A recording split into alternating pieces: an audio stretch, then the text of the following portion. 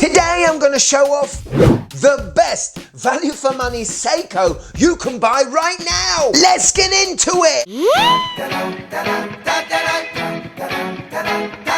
Yes, and welcome to the Mad Watch Collector Show. And today, it's a great one on a Seiko. Now, having done this YouTube live for over 4 years, I feel like it's my responsibility to seek out new watches at a phenomenal price that you can still buy brand new. Today, I found another superb little find, a Seiko 5 Sports you can still buy and absolutely enjoy. And it being well under the £200 mark means it's not going to break the bank and you can have something fun to play with in January. Gets over the Christmas blues. Now, I found this watch on the Joma Shop website. They tend to get a lot of watches from companies that either have a huge amount of stock and they want to shift them on, or they've stopped making the watches and want to make a few quid out of them still. Now, it's a first for this channel today because I'm going to recommend a two-tone watch. What the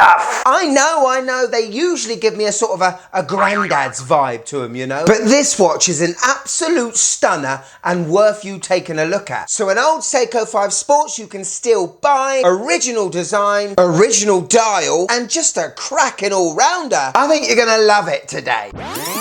But before I show you the watch, let me tell you about today's sponsor, who are Clockwork Republic. If you want to level up your Seiko game with a premium strap that elevates it 3, 4, 5 more notches, Clockwork Republic are the company to go for. They make beautiful FKM rubber straps with solid end links that are designed to fit our favourite Seikos. Like the SKX I've got on here. You can finally give your Seiko the strap it deserves and the strap it's always wanted. Check out their website for a full list of what straps they sell and thank me later. Right, let's show you the watch, tell you why I think you should buy it, and at the end, obviously, you're going to get my wife's opinion. Are you Seiko ready? Let's go! And ladies and gentlemen, here is the SNZ B24J1. Isn't it a beauty? Now, I know a lot of Seiko fans out there look for that J in the watch's reference because that tells them it's a Japanese domestic model, meaning it was not made and marketed to any other country than the country it was manufactured in. Most Seikos are made outside of the country to help with the monies, and a lot of Seiko fans believe, I'm not sure about it myself, Seiko's Japanese domestic models tend to be the best made. Anyway, look at this absolute stunner. Now, for me, there was something I had to do straight away when I bought this watch. What lets old Seiko 5s down is the lack of investment the company put into their straps or bracelets. When I take the bracelet away, it is going to look far better. But it is such a unique design, I had to buy it. This is not a dive watch, but it seems as though it could pretty much work as one. But the main event, obviously,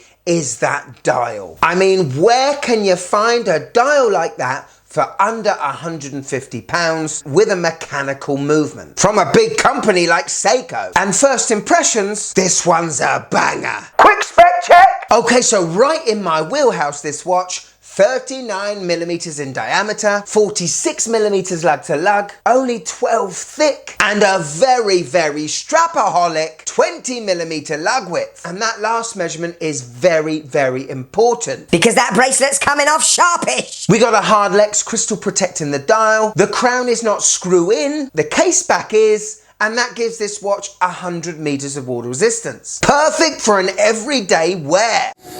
Right, so onto the bezel, and apart from the dial, that's where a lot of detail and time has been taken into making this watch. Really unique, PVD coated polished gold for the grip and for the 12, 3, 6 and 9 protruding parts. We've got a lume pip at 12 o'clock, which is very interesting. Considering that the bezel is a countdown bezel and not a dive time bezel, it still does only rotate one way. It's 120 clicks, and it is quite soft. It's quite, you know, the Seiko spongy wungy feeling that we all know and love. The Seiko SKX. This one. It's not far off, it's very light, but I do love those protruding parts on the bezel because they act as very good grip. What I also love when it comes to detail is the 5-minute increments on that stainless steel bezel are recessed. They could have just been painted. But this is the attention to detail you get with old Seiko 5s. Could you just click that like button, please? It really helps the channel.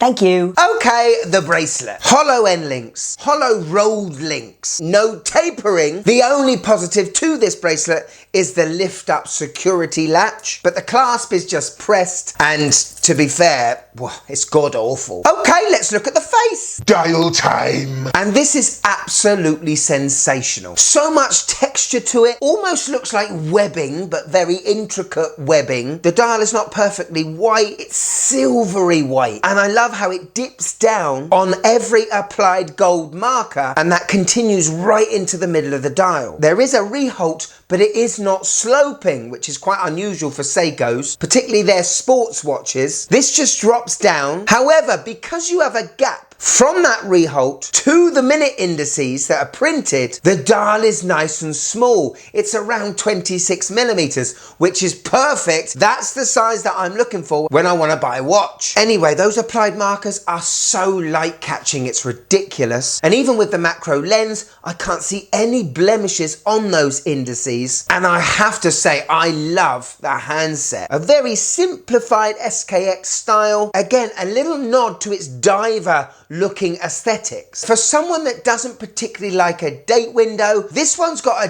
date window, and I have to say it is framed beautifully. And you know what? I don't mind it. And I'm sorry to say, but the Seiko 5 logo in the old ones is far better than the new ones. It's a phenomenal dial.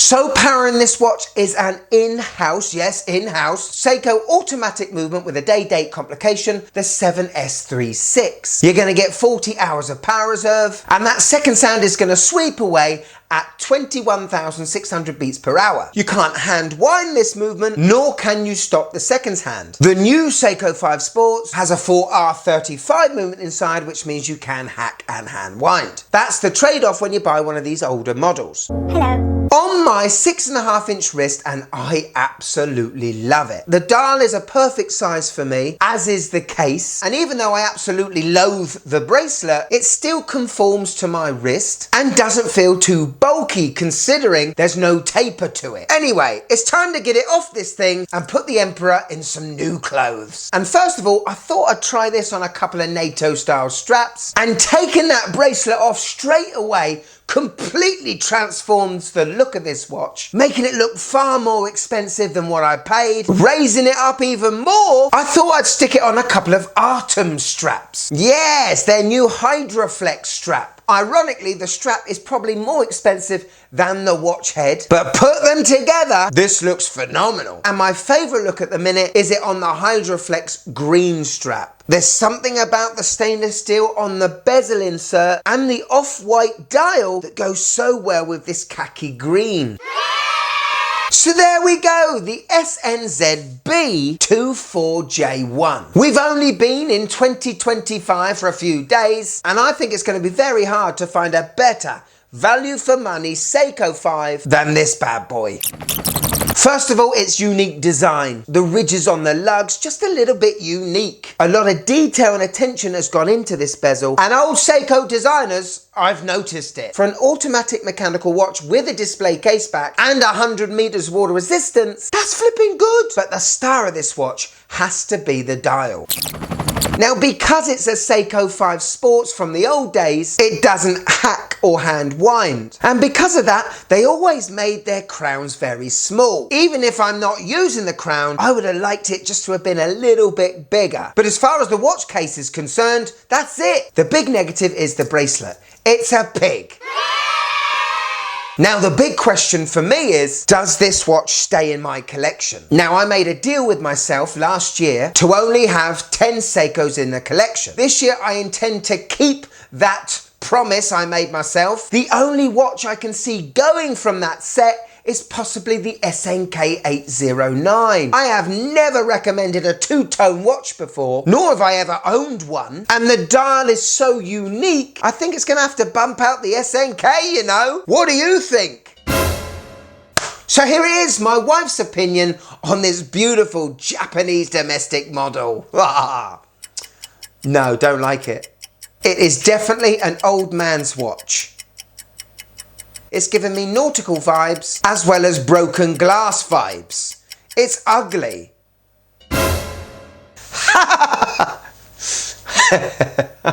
No. Well, I doubt she'll be trying this one on, and you know, let's move on, shall we? Thank you so much for watching till the end. If you want a bit more of the Mad Watch Collector, click there and join. But if I've got you for a few more minutes, you know you want to look at this one. This is my Seiko collection. Very proud of it. And it has changed a lot over the years. Some have come, some have gone, you know, and you're going to love it. Go on, you're going to love this one. Go on, click it. Click it!